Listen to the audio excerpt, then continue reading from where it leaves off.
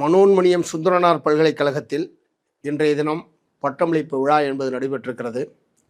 தமிழக ஆளுநர் அர்லேக்கர் அவர்கள் அதில் கலந்து கொண்டிருக்கிறார்.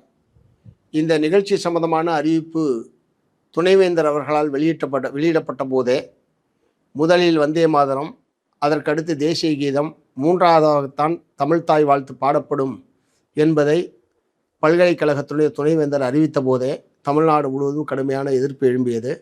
மார்க்சிஸ்ட் கம்யூனிஸ்ட் கட்சியின் சார்பிலும் கடுமையான கண்டனத்தை நாங்கள் வெளிப்படுத்தினோம்.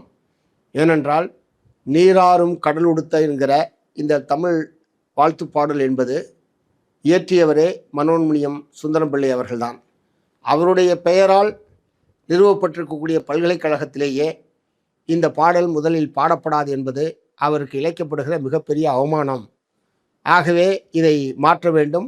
தமிழ்நாட்டில் நடக்கக்கூடிய நிகழ்ச்சி என்கிற முறையில் தமிழ்த்தாய் வாழ்த்து என்பதை முதலில் பாடப்பட வேண்டும் என்று வற்புறுத்தினோம். ஆனால் தமிழ்நாட்டு மக்களுடைய உணர்வுகளையோ, தமிழ்நாட்டில் உள்ள அரசியல் கட்சிகள் அமைப்புகளுடைய கருத்துக்களையோ மதிக்காமல் இன்றைய தினம் மூன்றாவதாகத்தான் தமிழ்த்தாய் வாழ்த்து பாடல் என்பது பாடப்பெற்றிருக்கிறது. இது வன்மையான கண்டனத்துக்குரியது.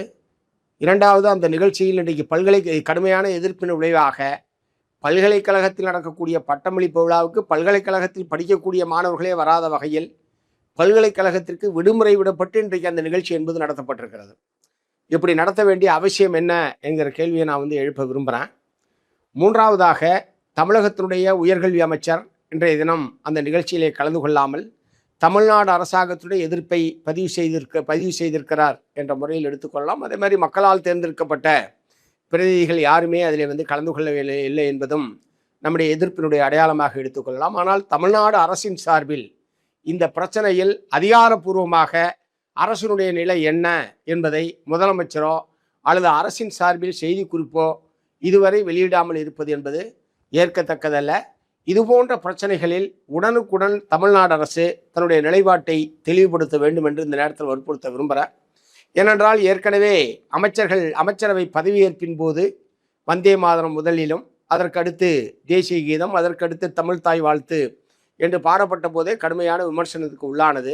அதனுடைய தொடர்ச்சியாக தமிழ்நாடு சட்டப்பேரவை கூட்டம் நடைபெற்ற போது முதலில் தமிழ்த்தாய் வாழ்த்தும் அதற்கடுத்து தேசிய கீதம் என்கிற முறையில் பாடப்பட்டது என்பது அனைவராலும் வரவேற்கப்பட்டது.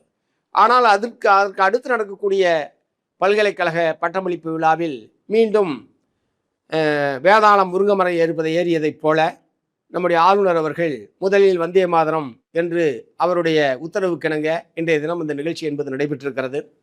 குறிப்பாக வந்தே மாதரம் பாடல் தேசிய பாடலா என்பது சம்பந்தமாக விடுதலை பெற்ற காலத்திலிருந்து பலமுறை அரசியல் சாசன நிர்ணய சபையிலேயும் அதற்கு பிறகு பல்வேறு கட்டங்களிலும் ஒரு விரிவான விவாதம் என்பது நடத்தப்பட்டு அது முடிவு பெறாமலே போய்விட்டது. ஏனென்று சொன்னால் அந்த பாடலில் உள்ள பல பாராக்கள் இந்திய நாட்டினுடைய அரசியல் சாசனத்துக்கு விரோதமாகவும் இந்திய நாட்டினுடைய ஒருமைப்பாட்டுக்கு குத்தகம் விளைவிக்கக்கூடிய வகையிலேயும் அது இருக்கிற காரணத்தினால் அந்த பாடலை பாடக்கூடாது என்பதுதான் பொதுவாக நாடு முழுவதும் இருக்கக்கூடிய மதச்சார்பின்மை, தேச ஒற்றுமை போன்றவற்றில் அக்கறை உள்ளவர்களுடைய கருத்து.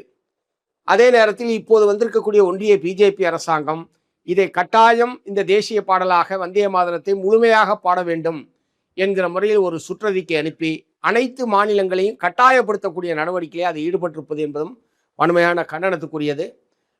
ஆகவே இந்த வந்தே மாதரம் பாடலை பாட வேண்டுமா வேண்டாமா என்பதை மாநிலங்கள் தான் தீர்மானிக்க வேண்டும்.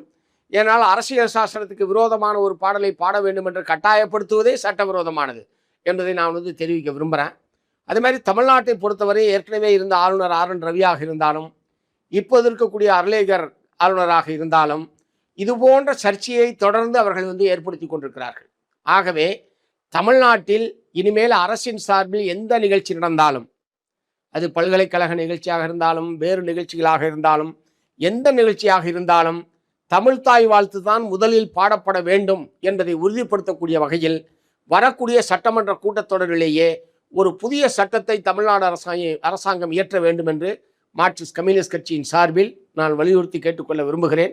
அதன் மூலமாகத்தான் இது அவ்வப்போது வரக்கூடிய ஒவ்வொரு நிகழ்ச்சிக்கும் ஒவ்வொரு முறையும் ஒரு வாத பிரதிவாதத்தை நடத்தி கொண்டிருப்பதற்கு பதிலாக தமிழ்நாடு அரசின் சார்பில் நடக்கக்கூடிய அனைத்து நிகழ்ச்சிகளும், அது கல்வி நிலையங்களாக இருந்தாலும் அரசு அலுவலகங்களாக இருந்தாலும் வேறு எந்த அரசின் சார்பில் நடைபெறக்கூடிய நிகழ்ச்சியாக இருந்தாலும் தமிழ் தாய் வாழ்த்து முதலில் பாடப்படும் என்கிற நிலைமையை உறுதிப்படுத்த வேண்டும் என்று தமிழ்நாடு அரசை இந்த நேரத்தில் கேட்டுக்கொள்ள விரும்புகிறேன்.